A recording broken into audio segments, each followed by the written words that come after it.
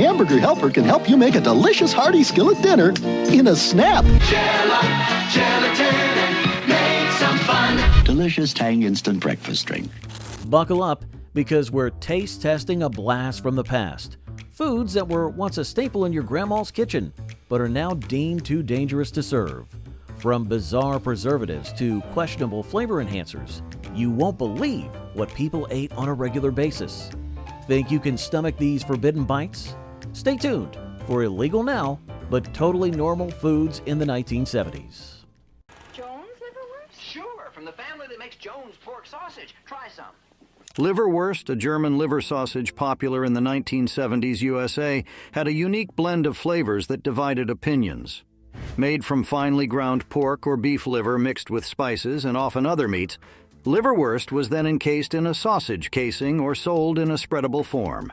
The ingredients included onions, garlic, and various seasonings, contributing to its distinctive taste. While some enjoyed the rich, savory flavor of liverwurst, it faced criticism for its strong and acquired taste. The pronounced liver flavor, along with the sometimes gritty texture, made it unappealing to those unfamiliar with organ meats. Additionally, the distinct aroma of liverwurst contributed to its polarizing nature. Liverwurst fell out of favor, partly due to changing dietary preferences and a growing awareness of healthier eating habits. The dish's high cholesterol content and association with organ meats led to a decline in popularity. As tastes evolved, liverwurst became less common on American tables, with its pungent flavor and unique composition making it a less mainstream choice compared to other deli meats. German, Chinese, Italian. TV dinners became a popular go-to meal for busy families in the USA back in the 70s. These frozen meals were a convenient solution, typically comprising a main dish, vegetables, and dessert, all neatly compartmentalized on a metal tray. The preparation involved simply popping the tray into the oven, making them a time-saving option for households. The ingredients of TV dinners varied, but they commonly included processed meats, mashed potatoes, and frozen vegetables. However, despite their convenience, these meals faced criticism for being bland and perceived as unhealthful. The freezing process sometimes affected the taste and texture of the food, leading to a reputation for lackluster flavor. Moreover, concerns arose regarding the nutritional value of TV dinners, as they often contained high levels of sodium, preservatives, and additives. Critics argued that the convenience of these frozen meals came at the expense of health, contributing to a perception of them as a less-than-ideal dietary choice. While TV dinners remain a nostalgic symbol of the 1970s, the criticism surrounding their taste and nutritional content has led to a shift in consumer preferences toward fresher and more wholesome meal options in subsequent decades. In the 1970s, fruit cocktails in heavy syrup gained popularity as a convenient canned fruit option. Typically containing a mix of diced fruits like peaches, pears, grapes, and cherries, the fruit cocktail was preserved in a heavy syrup for extended shelf life. Despite its convenience, the overly sweet and mushy nature of the fruit cocktail became a point of criticism. The heavy syrup, while serving as a preservative, often overwhelmed the natural flavors of the fruits, resulting in an excessively sweet taste that lacked the freshness of real fruit. The texture of the fruits also suffered from the canning process, rendering them soft and somewhat mushy. As culinary tastes evolved, there was a shift away from overly processed and sweetened foods, contributing to the decline in the popularity of fruit cocktails in heavy syrup. Modern preferences lean towards fresh and naturally sweet fruit options, making the canned alternative, with its cloying sweetness and compromised texture, less appealing to contemporary palates. Boiled vegetables, often associated with 1970s cuisine, were notorious for being overcooked to the point of losing both texture and flavor. The preparation involved simmering vegetables in water until they became excessively soft, resulting in a mushy consistency that lacked the crispness and vibrancy of fresh produce. Commonly used vegetables included carrots, broccoli, and cauliflower, which, when subjected to prolonged boiling, would lose their natural colors, turn dull, and become unappealingly limp. The overcooking process not only robbed the vegetables of their nutritional value, but also rendered them bland and devoid of the characteristic taste that fresh, lightly cooked vegetables offer. The tendency to boil vegetables into submission was part of a broader culinary trend of the time, where convenience sometimes took precedence over flavor and texture. This overcooking approach has since fallen out of favor with contemporary culinary preferences, emphasizing methods that retain the natural essence, crunch, and nutritional benefits of vegetables, showcasing a shift towards fresher and more vibrant dining experiences. Breaking free from the clutches of boiled vegetables, let's investigate the curious case of Spam, a food that still haunts taste buds. Add 1 cup of Sunshine full cream powdered milk. Powdered milk, a common household item in the 1970s, was utilized for its long shelf life and convenience. However, it often faced criticism for its taste and texture, especially when compared to fresh milk. The preparation of powdered milk involved mixing the dry powder with water to reconstitute it into a liquid form. Despite efforts to mimic the flavor of fresh milk, powdered milk often fell short in taste. Many found it to have a distinct and somewhat artificial flavor, lacking the richness and creaminess associated with fresh dairy. Texture was another point of contention. Reconstituted powdered milk tended to have a thinner consistency compared to fresh milk, leading to a less satisfying mouthfeel. The granular nature of the powder sometimes resulted in a grainy texture that further contributed to the less than ideal sensory experience. While powdered milk offered practicality and extended shelf life, the taste and texture drawbacks led to a preference for fresh milk when available. In subsequent decades, advancements in food processing and refrigeration technologies have diminished the reliance on powdered milk, making fresh milk a more accessible and preferred choice for many households. Here is the first one to be made available to the public: Space Food Sticks. Fondue, a social and interactive dining experience popularized in the 1970s, involved dipping bread, vegetables, or fruit into melted cheese or chocolate. While the concept was fun, the success of a fondue gathering often hinged on the quality of the ingredients, with the wrong choices leading to memorable disasters. For cheese fondue, using high-quality cheese was crucial. Opting for a blend of flavorful cheeses was essential to achieving the right balance of taste and texture.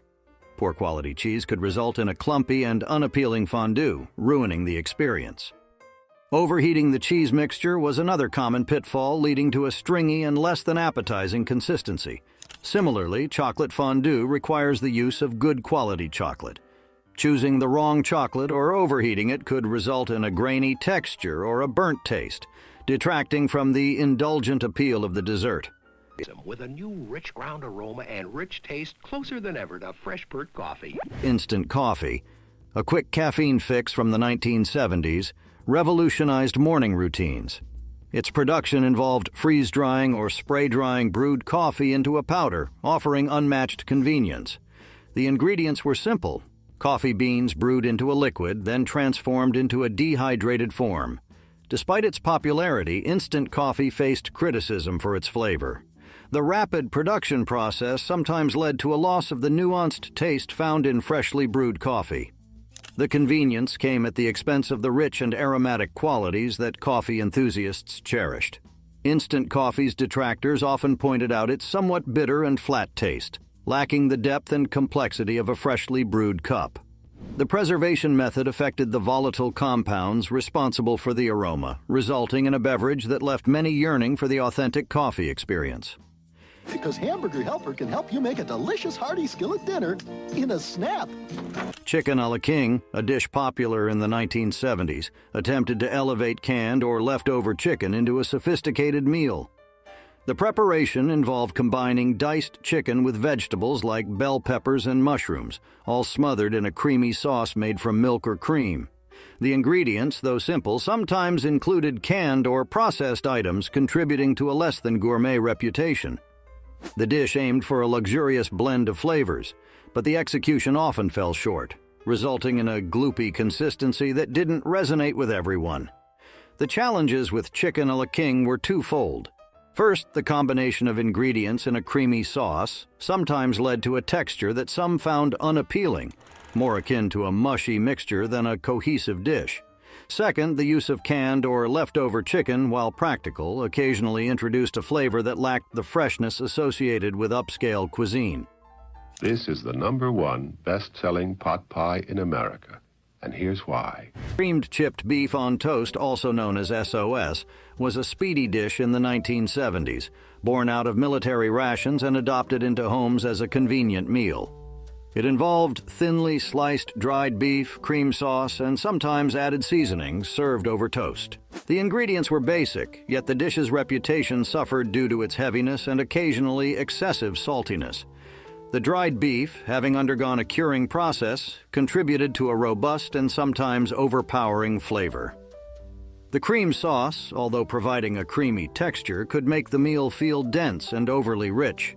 Appearance also played a role in its mixed reception. The combination of thinly sliced beef and a thick, creamy sauce often resulted in a less than appetizing look, leading some to approach the dish with hesitation.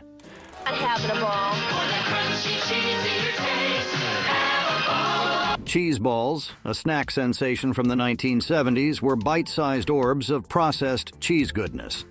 The manufacturing process involved blending real cheese with additives to create a moldable mixture, which was then formed into balls and coated with various seasonings. The ingredients, while incorporating real cheese, often included additives and preservatives to enhance shelf life and create a uniform texture. Despite the promise of cheesy delight, the final product faced criticism for being overly salty and tasting somewhat artificial. The appeal of cheese balls lay in their convenience and addictive crunch, making them a popular party snack. However, the strong and sometimes overwhelming artificial cheese flavor divided opinions. Some found the intense saltiness and processed taste less enjoyable compared to the subtleties of natural cheese. Number 2. Doritos 3D. Doritos decided to tamper with a classic, the Dorito itself. Enter Doritos 3D.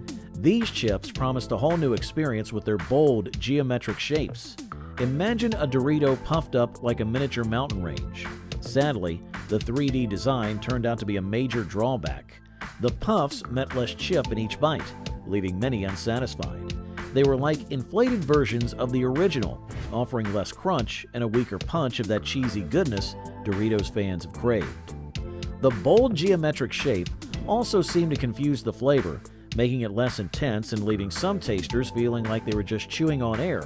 While the 3D concept might have seemed futuristic and exciting at first, it turns out there's a reason the classic Dorito design has remained a chip icon for so long. So sometimes you just can't improve on a perfect triangle.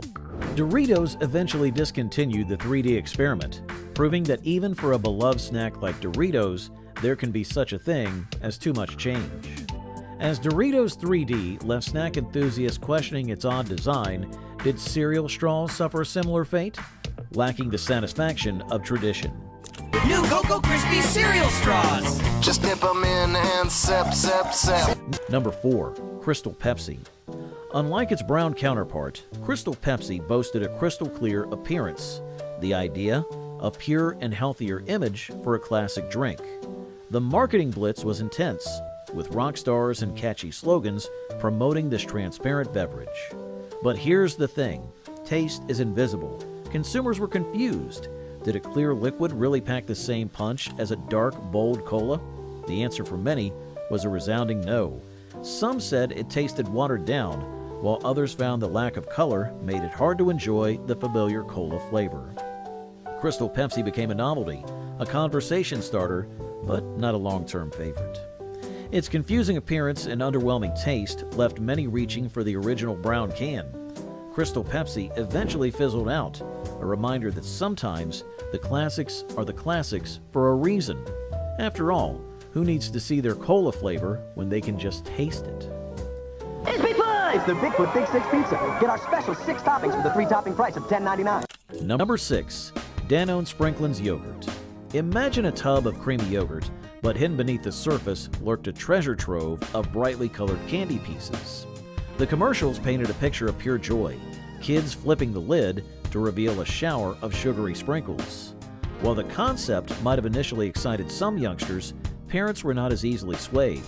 Sure, the candy mix-ins were fun, but they also loaded the yogurt with unnecessary sugar and artificial colors. Health-conscious moms and dads saw right through the sugary facade. They weren't buying into a dessert disguised as breakfast. Danone Sprinklin's yogurt became a symbol of the struggle between fun and healthy eating for kids. While the candy did add a playful element, it ultimately overshadowed the yogurt's nutritional benefits. I got it. Butterfinger BBs. Number 8. Butterfinger BBs. These bite-sized treats were a dream come true for some fans. They offered the same delicious Butterfinger flavor in a convenient pop-in-your-mouth package, perfect for snacking on the go. However, the BBs weren't without their flaws. The chocolate coating, notoriously melty on the original bar, became an even bigger issue with the BBs. Popping a handful in your mouth often resulted in chocolate-covered fingers and a sticky mess. Some also found the smaller size less satisfying, missing the heft and delightful chomp of a full-size Butterfinger. While the BBs had their fans, their eventual discontinuation suggests they weren't a universal hit. Perhaps the mess factor and lack of the classic bar experience outweighed the convenience for many. Today, Butterfinger offers similar bite-size options, but the BBs remain a nostalgic memory for those who loved, or at least tolerated, the melty, peanut buttery fun they offered. Kids used to like fruit string things, but now they're wild about it. That's because we took the string. Number 10. Fruit String Thing. It's a 90s kids lunchbox staple that was more about the fun than the actual fruit. They contained a wiggly, string-shaped fruit paste that unfurled like a Technicolor party streamer. The concept was ingenious, edible play, and a, supposedly, healthy snack all in one. The fun factor often overshadowed the somewhat questionable nutritional value. While marketed as a fruity treat, the string things were mostly sugar with minimal real fruit content. The flavor, while vaguely fruity, couldn't compete with the pure joy of unraveling the string into loopy shapes, building edible bridges, or even tying it around your finger like a sugary jump rope. Lunchtime became playtime, and sometimes the actual eating part was neglected altogether. For parents, the mess factor was another hurdle. Unraveling the string often led to sticky fingers and lunchbox carnage. And let's not forget the inevitable fight between siblings over who got the longer string. As the fruit string thing's playful allure overshadowed its nutritional value, Andrew Salvaggio, McDonald's executive chef, food enthusiast, and the man who actually created the Arch Deluxe. Number 12, the McDonald's Arch Deluxe. The 1996 launch of McDonald's Arch Deluxe was a gamble on grown-up taste buds. They aimed to shed their image of a strictly kid-focused restaurant by introducing a more sophisticated burger. The Arch Deluxe boasted fancy ingredients: a quarter-pound beef patty topped with lettuce, tomato, red onion, cheddar cheese, a creamy herb sauce, all nestled in a sourdough bun. While the ingredients sounded promising, the execution fell flat. The price tag, significantly higher than McDonald's usual offerings, alienated budget-minded customers. Adults, who the fancier ingredients might have tempted, balked at paying a premium for a fast food burger. On the other hand, the commercials featuring kids grossed out by the sophisticated flavors confused their core audience of families. The marketing campaign, coupled with a higher price and just okay taste, doomed the Arch Deluxe. People realized they could get a similar and perhaps even tastier burger elsewhere for the same price, or get a classic McDonald's meal for much less. The Arch Deluxe became a symbol of McDonald's failed attempt to be something it wasn't.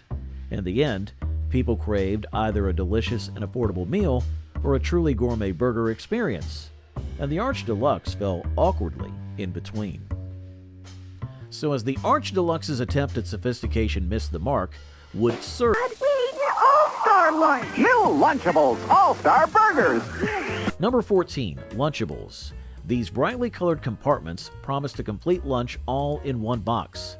Tiny squares of pizza, processed cheese slices, mystery meat lunch meat, and maybe some crackers or a juice box. For kids, it was a dream come true, a self-contained lunchbox adventure. However, for parents, convenience comes with nutritional cost.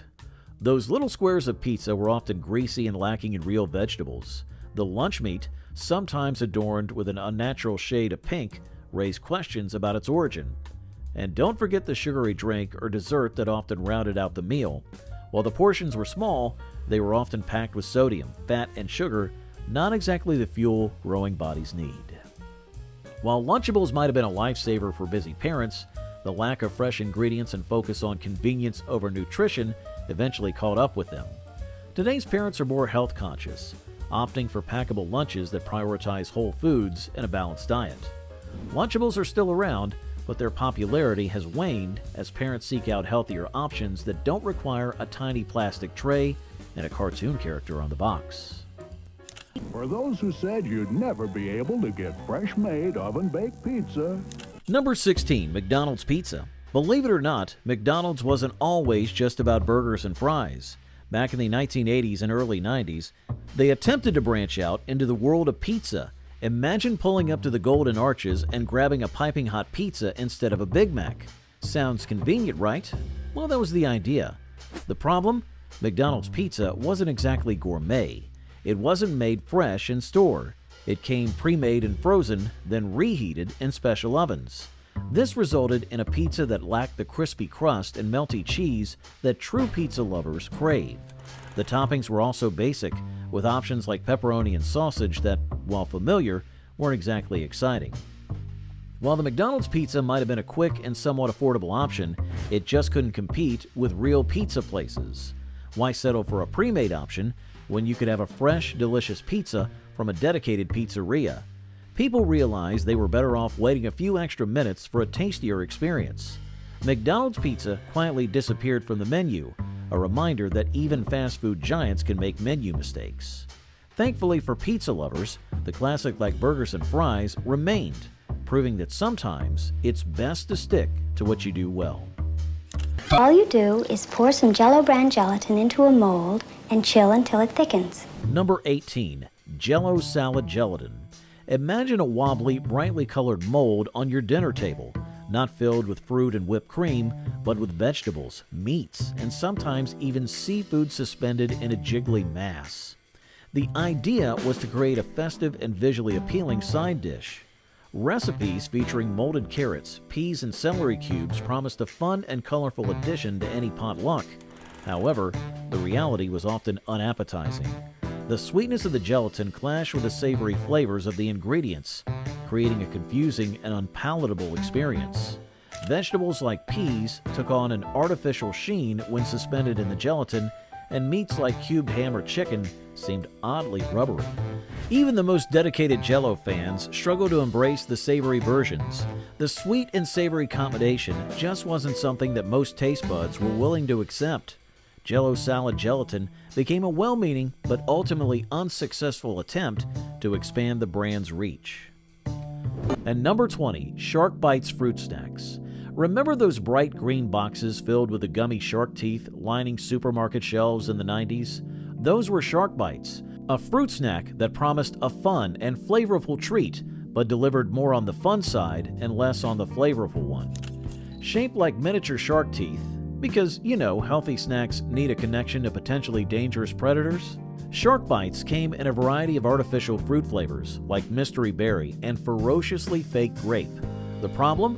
The taste rarely lived up to the names. They were more like vaguely sweet, vaguely fruity erasers. But the lack of flavor wasn't the only issue. Shark Bites were notoriously tough.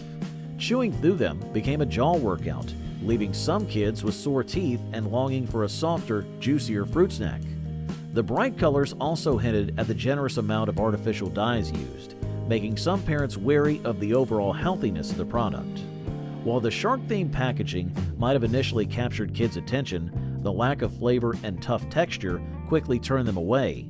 Today's parents have a wider variety of delicious and healthy fruit snack options that don't require a trip to the dentist after every lunchbox.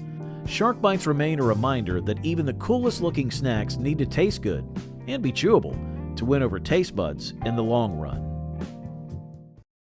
Number 2. Oreo Big Stuff. The Oreo Big Stuff burst onto the snack scene, offering a supersized version of the beloved classic cookie. However, while the concept seemed enticing at first glance, the reality fell short of expectations. These colossal cookies proved to be more cumbersome than enjoyable, with their unwieldy size making them difficult to eat. Many found themselves struggling to handle the sheer bulk of the big stuff, leading to messy and impractical snacking experiences. even with their promise of delivering more of the iconic Oreo flavor, consumers quickly grew weary of the logistical challenges posed by these oversized treats. Consequently, the Oreo Big Stuff had a brief stint on the market before ultimately fading into obscurity. While innovation is often celebrated in the food industry, this particular venture serves as a reminder that bigger isn't always better, especially when it comes to beloved classics like the Oreo cookie. After witnessing the impracticality of the Oreo Big Stuff to now the fleeting flavor of Dr. Pepper gum, the era of the 1980s saw attempts to innovate snack favorites. So, how did these products reflect the area's pursuit of novelty and convenience and snacking culture? High C Ecto Cooler. Slimer's new fruit drink. You've been warned. Number 4. High C Ecto Cooler. High C Ecto Cooler burst onto the scene, capitalizing on the popularity of the Ghostbusters franchise in the 1980s. Marketed as a tie-in to the beloved animated series, this brightly colored drink aimed to capture the imaginations of both children and fans alike. However, while the packaging may have been appealing, the taste left much to be desired for many consumers. Ecto Cooler was criticized for its overwhelming sweetness, which often felt artificial and cloying. Despite its vibrant hue and nostalgic association with Ghostbusters, the drink failed to win over discerning palates. Some argue that the emphasis on marketing overshadowed the quality of the product itself, leading to disappointment among those expecting a more satisfying beverage experience. As a result, Ecto Cooler became synonymous with flashy marketing tactics and lackluster flavor, earning its place among the worst foods that few would clamor to see make a comeback.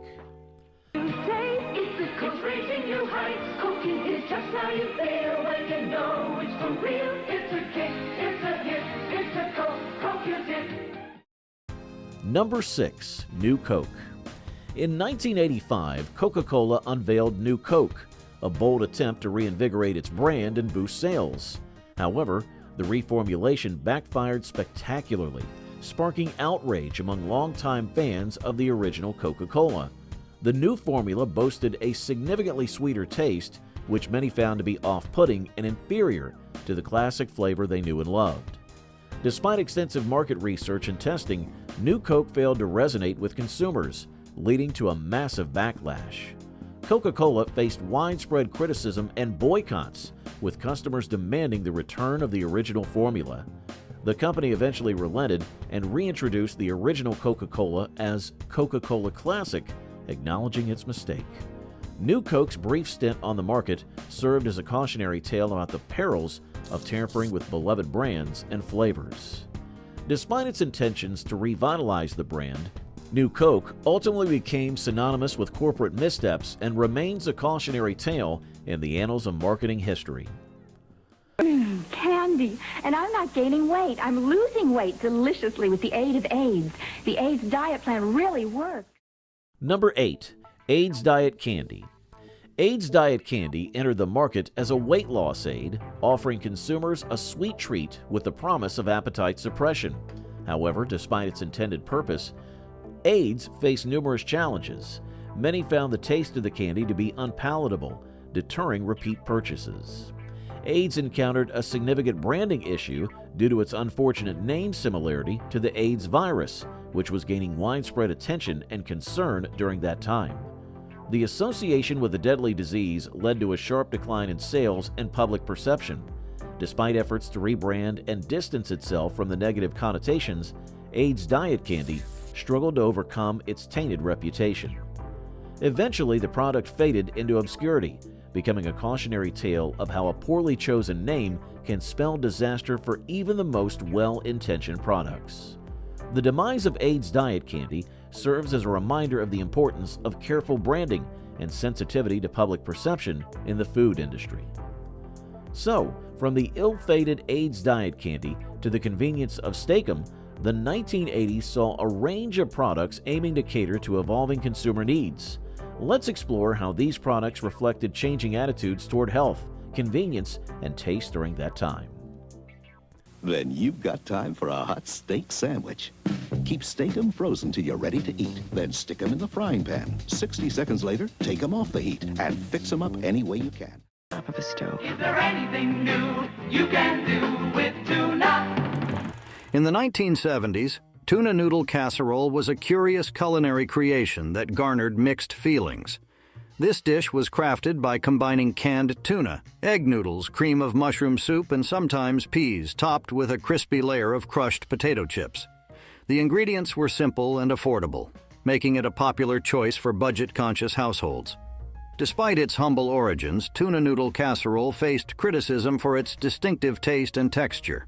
The combination of canned tuna and cream of mushroom soup resulted in a somewhat mushy consistency, and the overall flavor was often perceived as bland or odd. The strong aroma of the dish also contributed to its unfavorable reputation. One reason for its dislike was the prevalence of processed and canned ingredients, which were considered less appealing than fresh alternatives. The casserole's lack of variety in flavor and texture, coupled with its pungent smell, made it less appealing to those with more adventurous taste buds. Over time, the negative perception led to the decline of tuna noodle casserole as a popular choice, becoming a symbol of a bygone culinary era that many are not eager to revive. Now, if that's not enough culinary drama from the 1970s, here's another delicacy that sparked debates with its weird blend of flavors. Like this dazzling beauty, a glamour salad made with new apple jello. In the 1970s, gelatin salads, commonly known as Jell-O salads, were a quirky culinary trend in the USA. These wobbly concoctions were made by mixing gelatin with an assortment of ingredients like vegetables or even meats. The preparation involved dissolving the gelatin powder in hot water, followed by adding cold water and allowing the mixture to set until it achieved a jiggly consistency. The ingredients used in these salads were a curious combination of sweet and savory elements. People tossed vegetables, fruits, and sometimes meats into the gelatin mix, creating a bizarre medley of flavors. Canned fruits, shredded carrots, and even tuna were common additions. Despite their creative combinations, Jell-O salads gained notoriety for their peculiar taste and texture. Many found the blending of sweet gelatin with savory ingredients off-putting, resulting in an unappetizing dish. The clash of flavors and the odd sensation of biting into a wobbly, meat-infused gelatin contributed to their overall dislike. Over time, this culinary oddity fell out of favor, and today it stands as a curious artifact of 1970s American cuisine. If you thought the clash of sweet gelatin and savory ingredients was a culinary roller coaster, let's turn the spotlight to TV dinners that became a convenient yet criticized sensation in the 70s. When you buy a ham, you never quite know what you're getting. Some have water added. Canned ham emerged as a convenient culinary solution in the 1970s USA. This product, typically made from chopped and pressed pork, was sealed in a can, providing an easy-to-store and readily available protein source. The manufacturing process involved cooking the ham and then sealing it in a can to preserve its shelf life. However, the texture and taste of canned ham often failed to win over contemporary palates. The processing method led to a distinct texture that some found rubbery or unnatural. The taste was sometimes criticized for being overly salty or having a processed flavor, deviating from the savory goodness associated with fresh ham. While the canned ham was embraced for its long shelf life and convenience, evolving tastes and a desire for more natural flavors have caused it to fall out of favor in modern times. Today, many people opt for fresh or minimally processed meats, leaving canned ham as a culinary relic of the past. Fruit cocktail is too big an idea to cut into little pieces. Moving past the culinary missteps of fruit cocktail and heavy syrup, let's explore the world of ambrosia salad, a flavor profile that never quite made the cut. Ambrosia salad, a staple of 1970s American cuisine, is a concoction blending canned fruits, typically pineapple, mandarin oranges, and maraschino cherries, with mini marshmallows and coconut. The preparation involved simply combining these ingredients and often folding in whipped cream or a creamy dressing. However, the reception of ambrosia salad was mixed, with critiques centering on its sweetness and textural complexity. The addition of marshmallows and sweetened coconut intensified the overall sweetness, and the canned fruits, while convenient, lacked the freshness found in their natural counterparts. Texturally, the salad could be confusing, as the softness of the canned fruits clashed with the chewiness of the marshmallows and the crunchiness of the coconut. Some found this mishmash of textures disconcerting and preferred more harmonious combinations in their salads. My wife, Angela, I met her in Italy. Smart, and can she cook? You don't say ham, you say spam. Spam is real spice. Ham, you don't say. Spam, a canned meat product introduced in the 1930s and notably consumed during the 1970s, had a mixed reputation. While it garnered some fans for its convenience and versatility, it faced criticism for being overly salty and highly processed. Made from a combination of pork shoulder, ham, salt, water, sugar, and sodium nitrite, Spam underwent a canned cooking process that allowed for long shelf life and easy storage. However, the high salt content contributed to its reputation for an intense and sometimes overpowering saltiness. The processed nature of Spam also attracted negative attention. Some criticized its texture and perceived lack of natural flavor compared to fresh meats. The association of Spam with wartime rations and budget-friendly meals may have contributed to its somewhat stigmatized image. To 1 cup of water. Space food sticks, marketed as a futuristic and convenient snack, made their debut in the 1970s. Promoted as a high-tech, space-age food suitable for the modern lifestyle, these cylindrical treats were developed to provide quick energy and nutrition. Despite their futuristic appeal, space food sticks struggled to win people over due to issues with taste and texture. Many consumers found them to be somewhat dry, dense, and lacking the enjoyable flavors associated with traditional snacks. The attempt to create a space-inspired, nutrient-packed food source often resulted in a compromise on the sensory aspects that people value in their snacks. The texture of space food sticks also faced criticism, as the dry and chewy consistency failed to match the expectations of a satisfying and enjoyable eating experience. While they aimed to capture the imagination with their association with space exploration, the taste and texture challenges limited their success, and space food sticks gradually faded from the market. Now that we've survived the era of space food sticks, it's time to dive into another culinary time capsule from the 1970s that had its fair share of critics. Now comes news of a way to get at Armour Star Vienna sausage and potted meat faster. Vienna sausages, a quirky canned meat from the 1970s USA, stirred mixed feelings. These mini sausages were crafted by blending mechanically separated chicken, pork, and beef, then stuffing the mixture into tin cans. The ingredients might not have won any culinary awards, often including the less popular parts of animals, giving them a peculiar texture and taste. The dislike for Vienna sausages stemmed from their distinct flavor, which many found challenging to embrace. The canned concoction faced criticism for its processed nature, deviating from the more familiar fresh sausages. The manufacturing process involved grinding and blending meat, sometimes with additives, leading to an acquired taste that didn't resonate with everyone. Despite being a convenient snack, their uncanny resemblance to tiny hot dogs didn't win hearts. The blend of meats, combined with the canning process, resulted in a unique and divisive flavor. While we bid farewell to the disastrous Vienna sausages, here's another culinary misstep from the 70s that will make you cringe. Hamburger Helper, a kitchen companion from the 1970s, aimed to make mealtime easier by turning humble ground beef into a hearty dish. The preparation involved a convenient one-pan process, combining pasta, seasonings, and sauce mix in a single pot with ground beef. The ingredients were straightforward, usually including pasta shapes and a powdered mix containing spices and dehydrated ingredients. The idea was to stretch a small amount of ground beef into a more substantial meal, catering to budget-conscious households.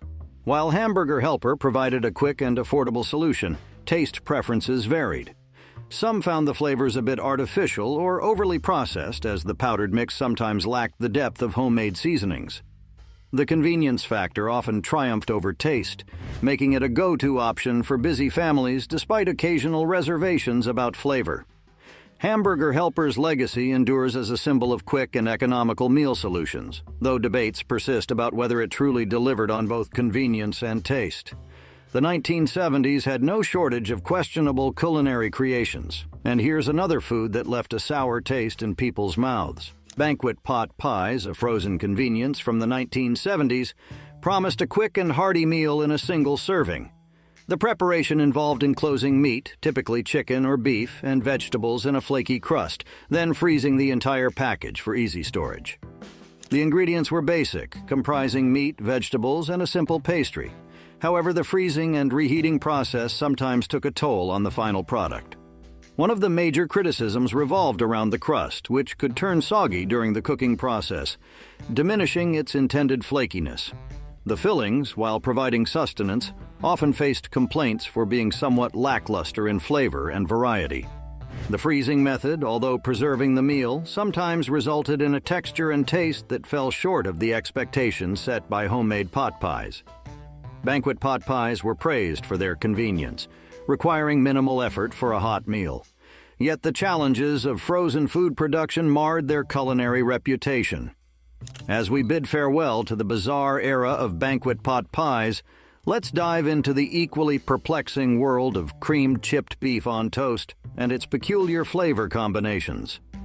So you tear into Carnation Instant Breakfast. Mixed with milk, as much protein, vitamins, minerals. Carnation Instant Breakfast, a 1970s marvel, aimed to provide a quick and nutritious start to the day. Marketed as a meal replacement, it came in powder form and required mixing with milk to create a drinkable breakfast. The ingredients included powdered vitamins, minerals, and flavors, aiming to offer a balanced nutritional profile. However, despite the promise of a complete breakfast, many found it lacking in satisfaction. The drink, though convenient, often fell short in terms of providing the fulfilling experience of a traditional morning meal. Critics pointed out that the beverage's taste and texture didn't quite align with the richness and variety of a cooked breakfast. Some also found it challenging to rely solely on the drink for sustained energy, missing the physical act of eating and the sensory pleasure associated with a more substantial morning meal. While we're still on the subject of regrettable food choices, there's one more dish from the 1970s that deserves a mention. On food! Heinz Easy Squirt. It's fun. Number 1. Heinz Easy Squirt Colored Ketchup. Mealtime got a wild makeover with Heinz Easy Squirt Colored Ketchup. Imagine ditching the traditional red for a blast of green, a shocking pink, or even a mysterious purple. This condiment aimed to make ketchup fun for kids with its easy squirt bottle shaped perfectly for little hands. The commercials were a spectacle, featuring characters like Shrek to promote their blasted green ketchup. While the novelty factor was undeniable, the reality wasn't quite as rosy, or should we say purple. To achieve those outrageous colors, Heinz had to remove the natural red color from the regular ketchup and add a ton of artificial dyes. This not only changed the appearance, but also affected the taste. Many complained it just wasn't the same ketchup they knew and loved. Doritos 3D snacks. Look out, they're coming soon. Number 3. Cereal straws. The 1990s saw a weird trend of turning breakfast into a science experiment. One such example is cereal straws. They weren't your average straws for sipping juice. Made of compressed cereal, they were meant to be dunked in milk, adding flavor as you sucked up your breakfast drink. Imagine a straw that tasted like your favorite sugary cereal. While the novelty might have been exciting for some kids, the reality was a bit soggy. The straws quickly became mushy and fell apart, leaving behind a sugary residue in your milk. Even worse, the flavors didn't always translate well. A chocolate-flavored straw might leave your milk tasting vaguely brown, and a fruity one could turn your milk into an unappetizing shade of pink. Cereal straws were a messy and not-so-tasty attempt to combine breakfast and fun, and thankfully, they haven't made a comeback. They serve as a reminder that sometimes the good old bowl and spoon method is the best way to enjoy your favorite cereal.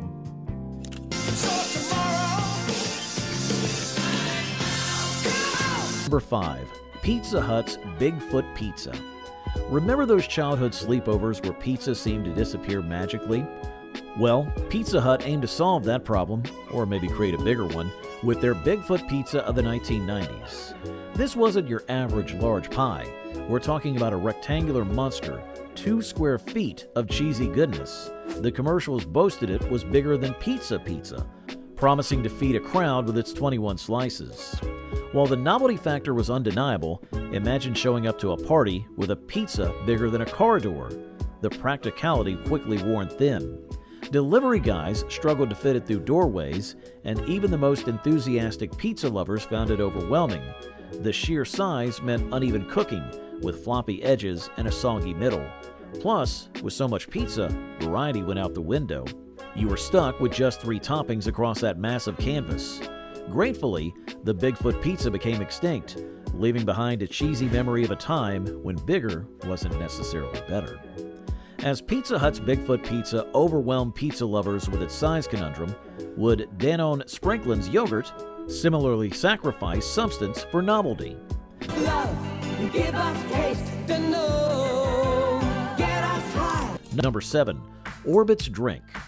The 1990s were a decade that embraced weirdness, and even beverages weren't spared. Let's imagine a clear, brightly colored liquid filled with bobbing spheres that looked like fish eggs. These weren't your average drink inclusions. They were gelatinous balls bursting with artificial fruit flavors. The idea might have sounded appealing, especially to kids. A drink that was like a party in your mouth. Sign them up. But the reality was far less exciting. The texture of the gummies was a major turnoff for many. They were oddly slimy and stuck together at the bottom of the cup, making for an uneven drinking experience. Some described it as like drinking lukewarm fish eyeballs. Even the flavors were suspect. The artificial fruit didn't quite hit the mark, leaving an unpleasant aftertaste. On top of that, the colors were so alien, bright purples, greens, and oranges, that they discouraged some from even trying the drink. Orbit's Drink left consumers questioning the appeal of odd textures and flavors. Moving forward, let's talk about the fate of Butterfinger BBs.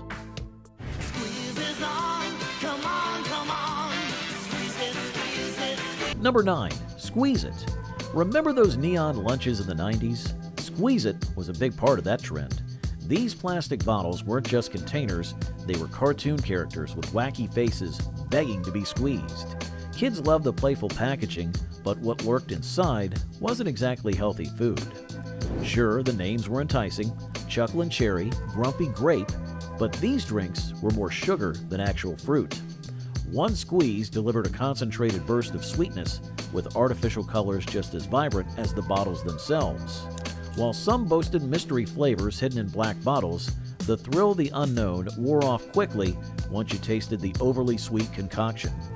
Squeeze It wasn't all bad. The squeezable bottles were undeniably fun, and parents appreciated the unbreakable design, perfect for lunchboxes. But the truth is, the sugary content overshadowed any positives. Whether Olean chips face a similar fate, trading taste for a dubious health promise. I love the Olean chips. Want to know more about potato chips made with Olean? I feel good. Number 11. Olean chips, Olestra. During that era, there was a surge in healthy snacks that promised guilt-free indulgence. One such example was Olean chips. These chips boasted a revolutionary ingredient called Olestra, a fat substitute that made them seemingly magical, low in fat and calories, yet retaining the delicious crunch of a potato chip. On paper, it sounded perfect. Dieters rejoiced at the chance to enjoy their favorite snack without the usual guilt. But here's the catch. Olestra had a rather unpleasant side effect.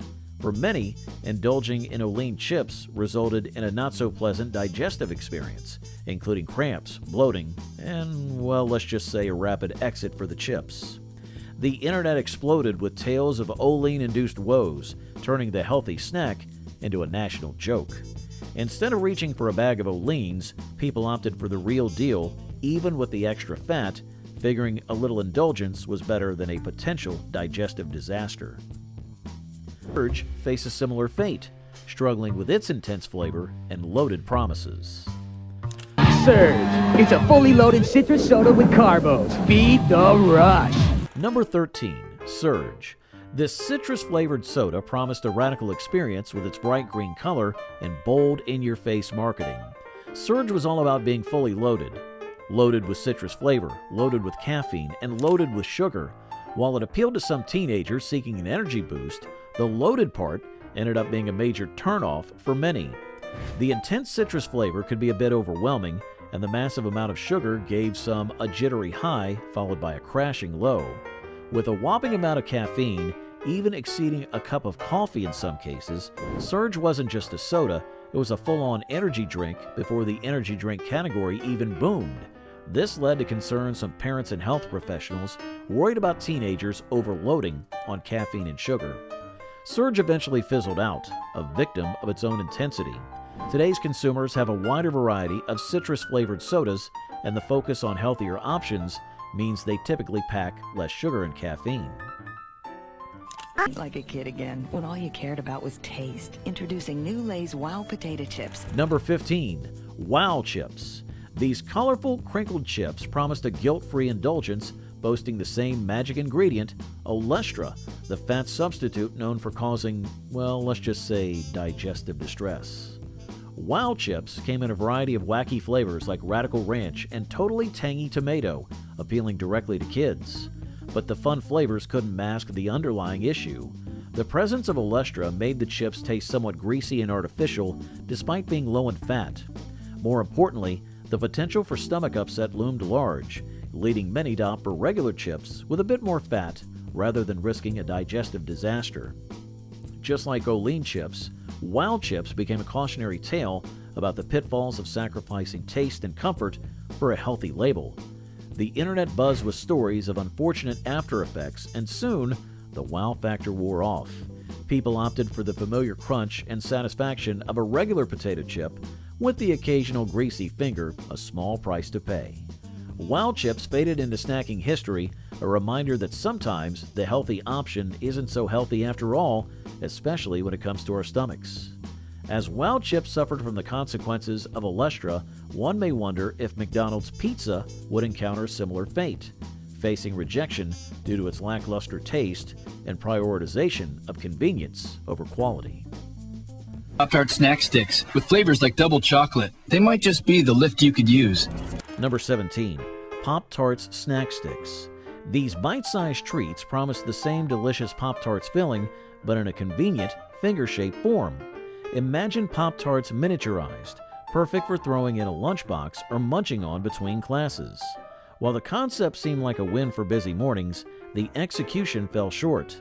Unlike the classic toaster treat, snack sticks lacked the satisfying crunch of a Pop-Tart's crust.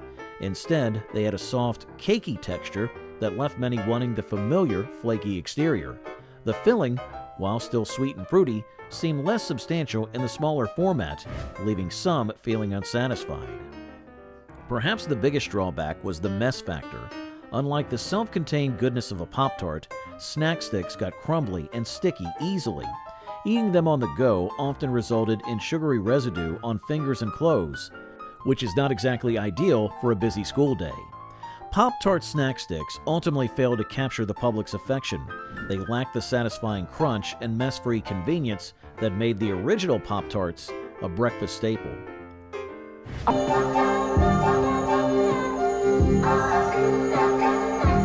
Number 19. Fruitopia.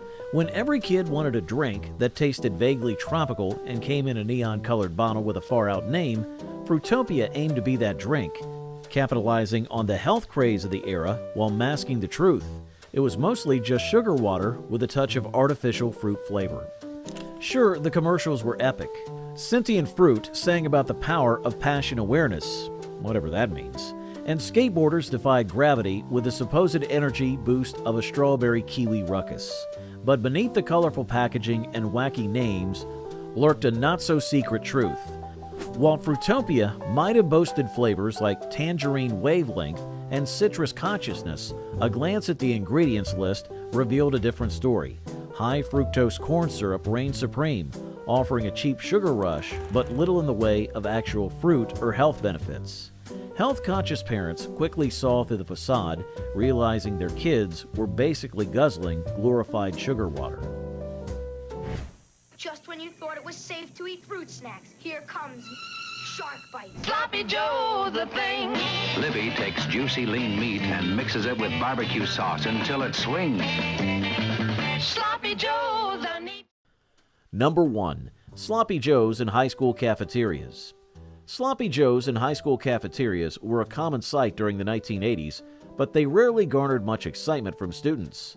The dish, consisting of ground meat and a tomato-based sauce served on a bun, often left much to be desired. Students frequently complained about the questionable quality of the meat used, with its texture sometimes resembling more mystery than substance. Additionally, the sauce tended to veer toward extremes, either overly sweet or bland, rarely hitting that right balance. Many students found themselves disappointed by the flavor and unappealing appearance of the sloppy joes, opting instead for alternatives like pizza or sandwiches. Despite attempts by cafeteria staff to improve the recipe, the dish remained a low point in many students' lunchtime experiences. Its reputation for mediocrity persisted throughout the decade, earning it a spot among the worst foods of the era. Even now, nostalgia fails to redeem the sloppy joe from its status as a culinary disappointment of the past. Oh, bright ideas and an Oreo cookie. It's a bright idea to dunk it or to crunch it or unscrew it. Number 3. Dr. Pepper Gum. Dr. Pepper Gum came out as an innovative attempt to capture the essence of the popular soda in chewable form. The gum boasted a liquid center designed to replicate the distinct taste of Dr. Pepper, offering consumers a novel sensory experience.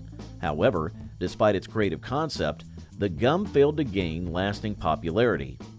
Many who tried it found the flavor to be disappointingly short-lived, quickly fading away after just a few chews. Furthermore, some felt that the gum didn't quite capture the true essence of Dr. Pepper, leading to a sense of dissatisfaction among customers. In spite of the initial intrigue, the novelty of Dr. Pepper gum wore off quickly, and it soon became classified into the realm of forgotten snacks.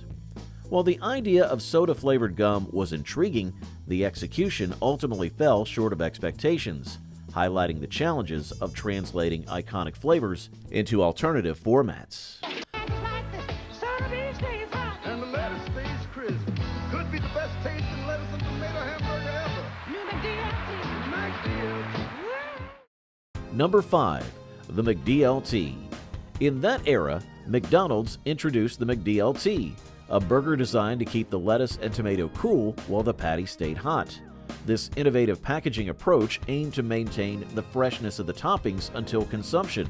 However, despite its novel concept, the McDLT faced criticism on multiple fronts.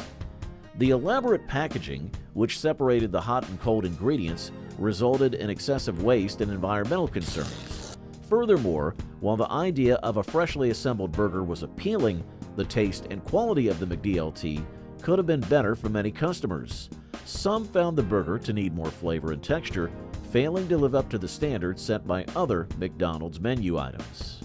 Additionally, the McDLT's complicated packaging made it less convenient than traditional burger options, further diminishing its appeal. Ultimately, the McDLT became a symbol of misguided innovation and environmental disregard, earning its place among the worst foods that were left in the past. Then, from the excessive packaging of the McDLT to the disastrous reformulation of New Coke, the era witnessed ambitious attempts to redefine iconic products. Then, how did these endeavors reflect the era's appetite for innovation and consumer preferences? For bacon, now there's something meatier. Delicious sizzling. Fake bacon? Mom's sizzling is real meat. No soy, no fillers? Sizzling is real meat. Number 7. Sizzling. Sizzling emerged as a promising option for health-conscious consumers seeking an alternative to traditional bacon. Marketed as a turkey-based product, Sizzling promised lower fat content and fewer calories than its pork counterpart. However, despite its health claims, Sizzling failed to win over taste buds. Many found its flavor and texture to be lacking compared to the rich, savory taste of bacon. Sizzling's attempt to replicate the crispy texture of bacon fell short, leaving consumers disappointed with its chewy and unappealing consistency. Despite efforts to position itself as a healthier choice, Sizzling struggled to compete with the allure of traditional bacon, which remained the preferred option for many households.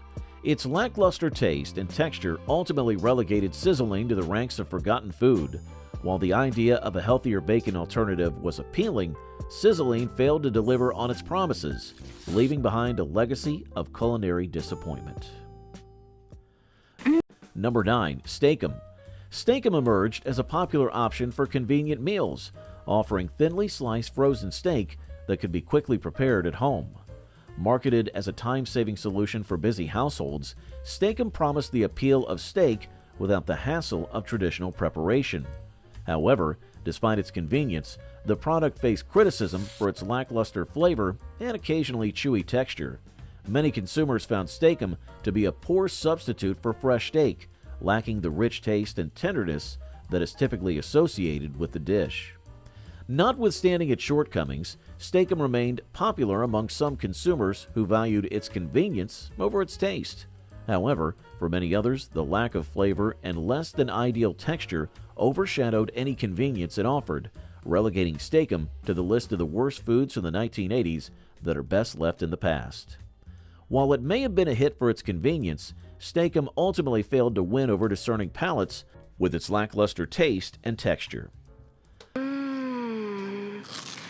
Hey, what are you having? A crispy panini with chicken, spinach, mushrooms, and an Asiago cheese sauce grilled to perfection right in the microwave. It's one of those new paninis from Lean Cuisine.